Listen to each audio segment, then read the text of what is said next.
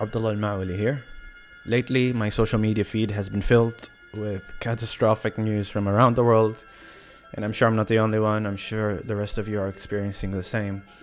But one that stuck out to me, and it's mainly due to its proximity to where I live in Oman, is what's happening in Yemen.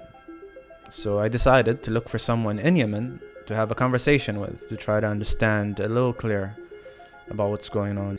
I keep hearing and seeing Yemen is facing one of the world's worst humanitarian crises.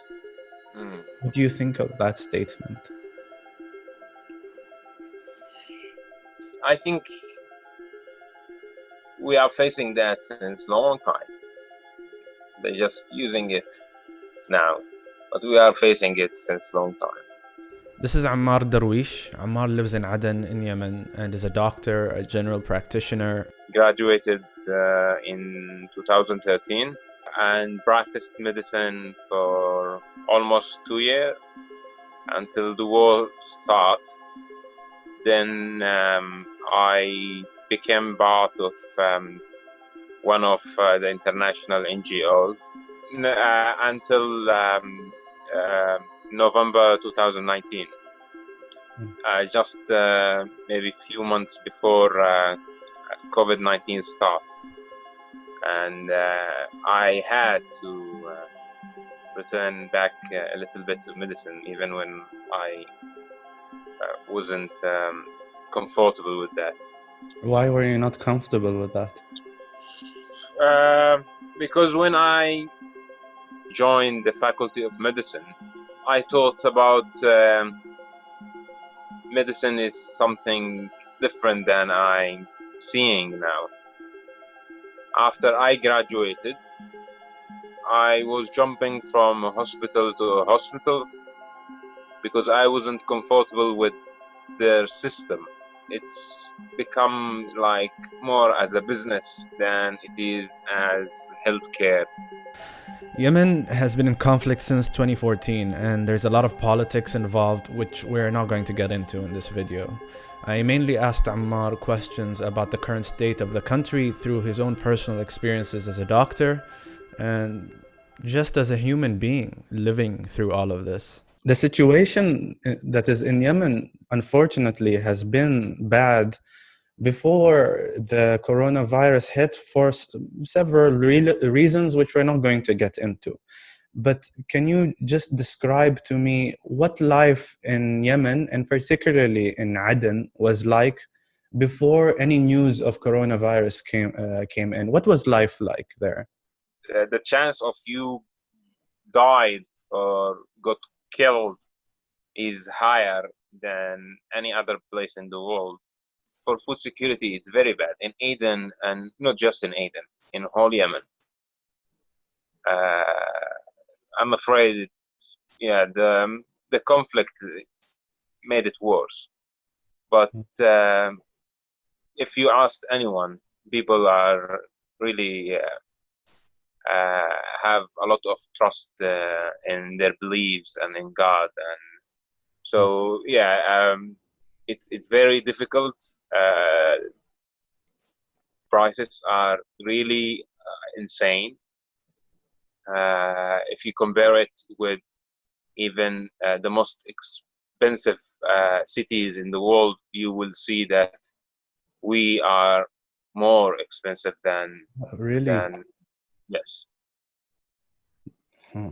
And in regards to the health system before coronavirus, as I was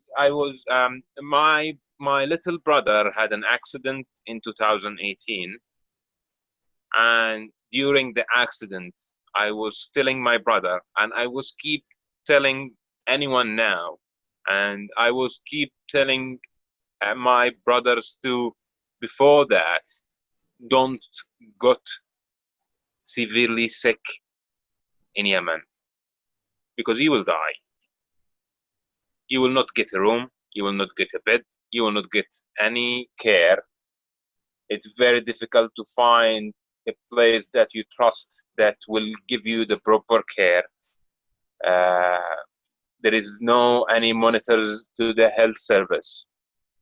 um, it's for the health system, it's very bad. The situation in the health system is very deteriorating. Before coronavirus, it was like deteriorating very fast. Maybe even the conflict have not much impact on the health system because it was already deteriorating. Mm. But the conflict make it faster, I think, in deteriorating. During our conversation, the electricity suddenly cut off with Ammar. If you can just wait for 1 minute. Yes. Does that happen often? Yeah, it's we have like 3 hour on and 4 hour off regularly. So now it's khalas, it cut off for the next 4 hours? Yes, but I will turn the generator. I have a generator. Ah, wow. Just give me 1 minute. Don't worry about it. Take your time.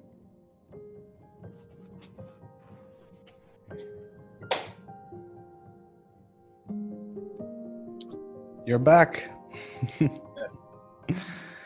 This electricity situation, has it been like this for a while? Yeah, it starts after the 2011. Oh, wow, long time. It was 1 hour. It was 1 hour per every 12 hours. Then it increased to 2, then 3, then 4.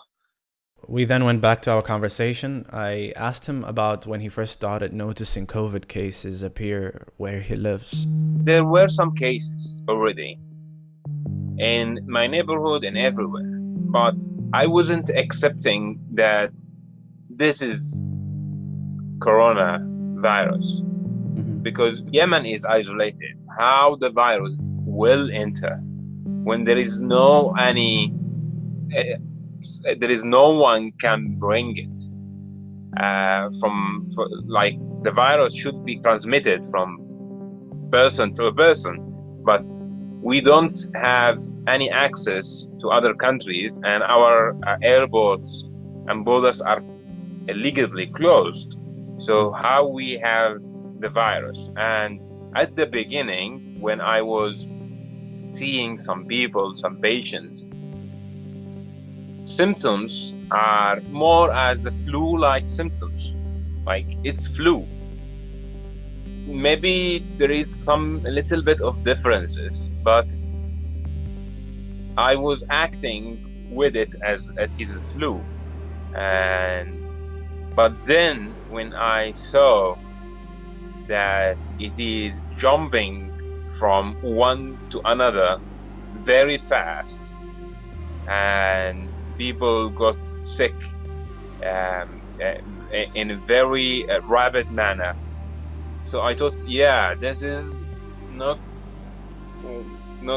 possibly not an H1N1 or a flu type virus. This could be corona. And that was in the 12th or the 11th of Ramadan, as I remember.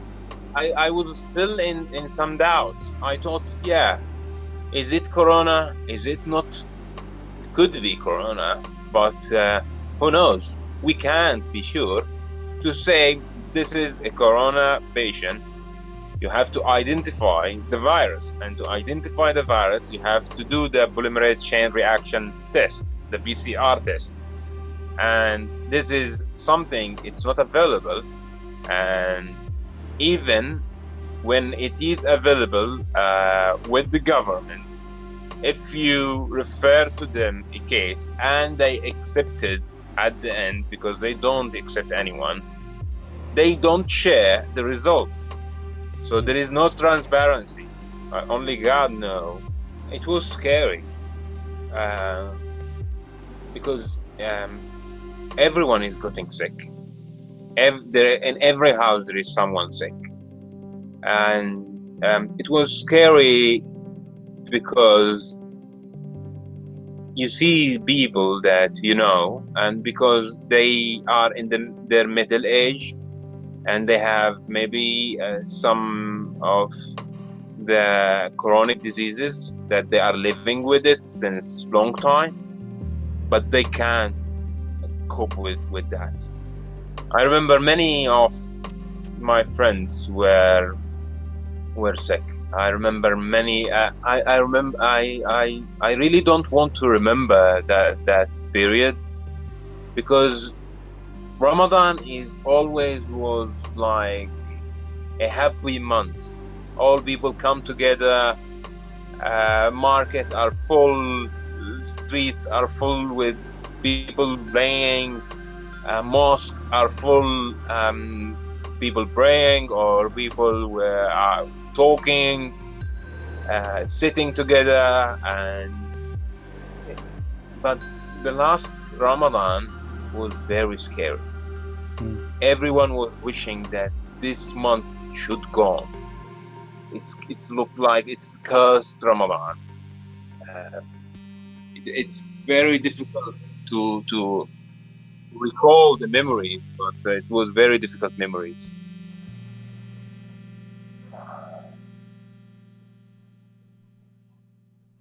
In Ramadan, we play volleyball at night. Before that, I was at the markets. I went to the pharmacy. I bought medicine for my brother, and I saw a guy there, and he was pissed off. He was taking a lot of medications, but he was pissed off from the whole situation. Then there was another guy, and he was telling him, yeah, they are telling all of this about Corona, and it's not Corona, and there is nothing.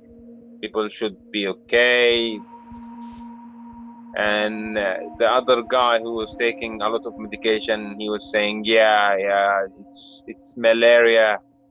It's because all the water and the flood.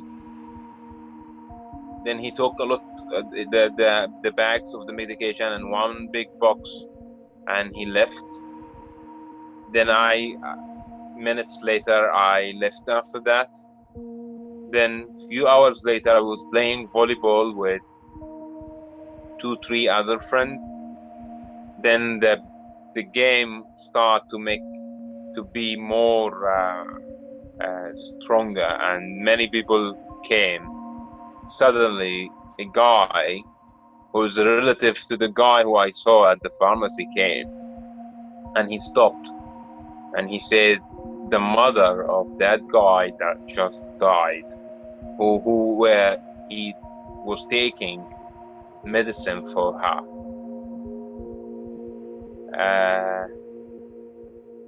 I can see that people were trying to forget by playing, by going and practicing their life normally, but they still also afraid to transmit something to their family or to their parents or to their relatives. The next day, I found out that the guy who his mother died had been transferred to the COVID-19 center. And a few weeks later, he died too. Wow. There were a lot of days that I was like hoping that all of this just stopped.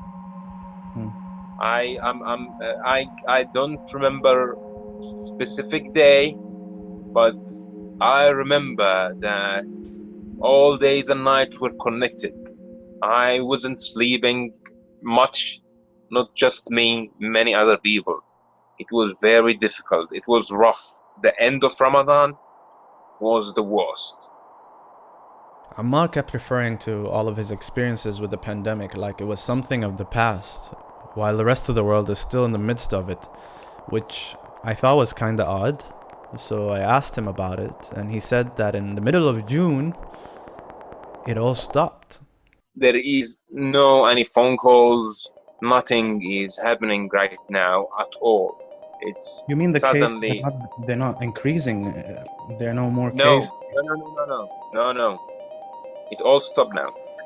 How is that? That's because, like in Oman, right, it's been going on strong, like really strong. Well, it's very Most difficult to imagining that, but let me give you the full picture. So in Oman, in any in Gulf countries, in Europe, in most of the world, they have been imposed a lockdown, mm-hmm. and people had uh, many other people had self-isolating themselves. In many countries, the food just come to their houses even, so they have no interaction with other people. Here in Yemen, that didn't happen at all. All people were going around and going to the mosque together, praying Eid, praying in Ramadan.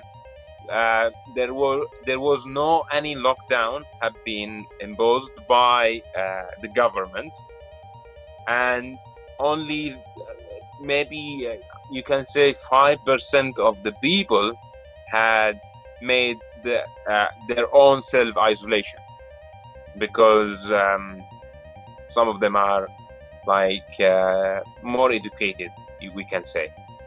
But the rest of the people, they were mixing together, and the virus hit strong, and many people died, many people survived, but it attacked everyone.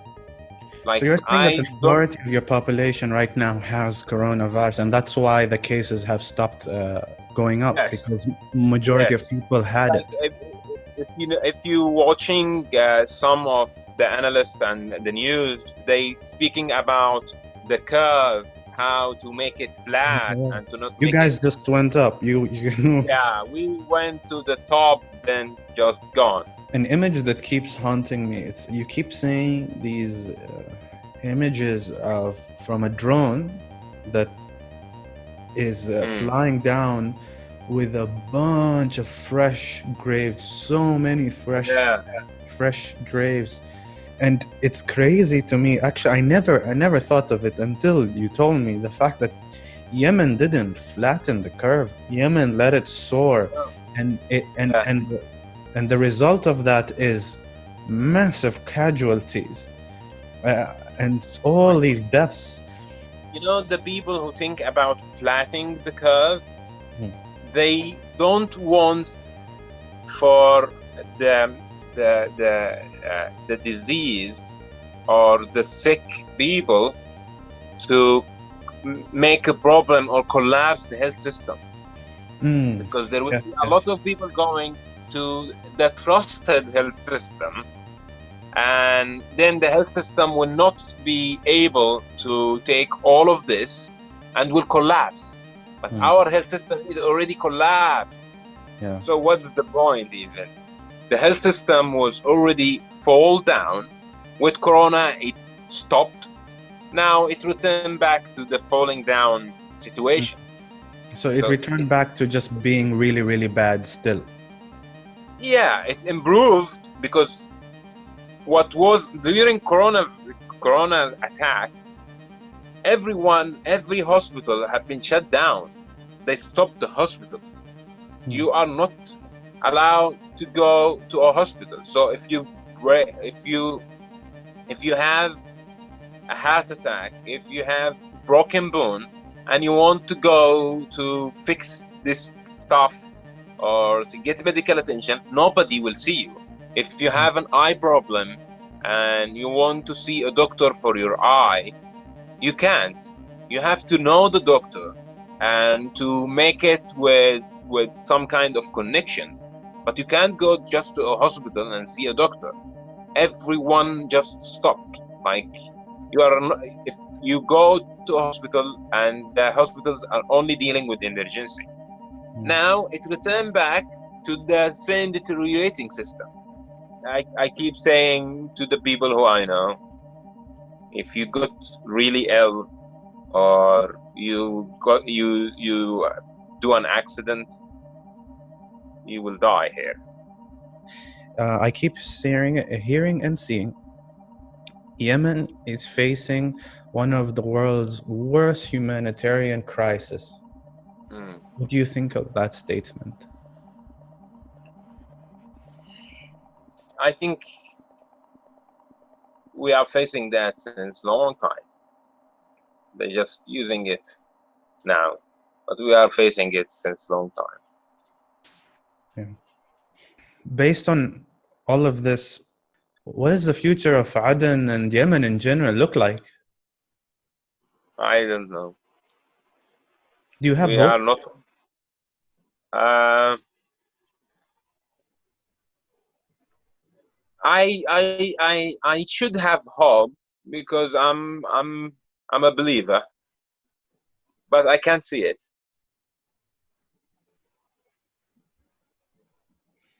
That's tough, man. It's a tough way to live. Yeah, I can't see it. We live like a day by day. We don't think about what's going to happen in the next years because there, there is no any.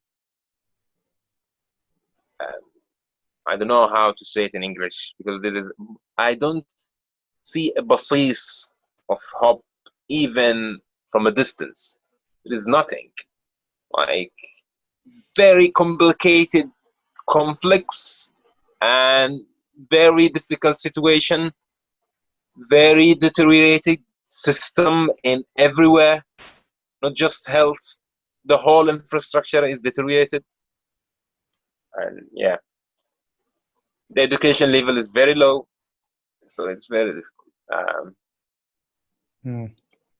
I don't know how it will be resolved because it's very difficult. How can a person like me, who's really is really sad about what we're seeing in our neighbors? Literally, we're border to border. I don't know how to help, even if I want to. What can I do?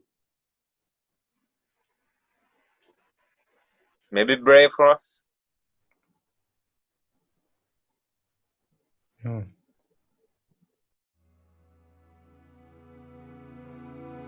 Imagine living in a world where you have absolutely no hope for your country's future, for the future of yourself or your family. I can't even imagine being in such a situation. And I asked Ammar several times to recommend a non-profit charity organization that are helping in Yemen, but he kept saying that he has a general distrust of these organizations based on some of his past experiences, so he hesitates to recommend any particular one. And I can totally understand that. However, I don't want to leave things here. I don't want to leave things in a place that feels so hopeless. It feels hopeless based on this. I refuse to believe that there is nothing we can do to possibly change the situation there. Maybe what he's saying is true, but I feel like we should at least try.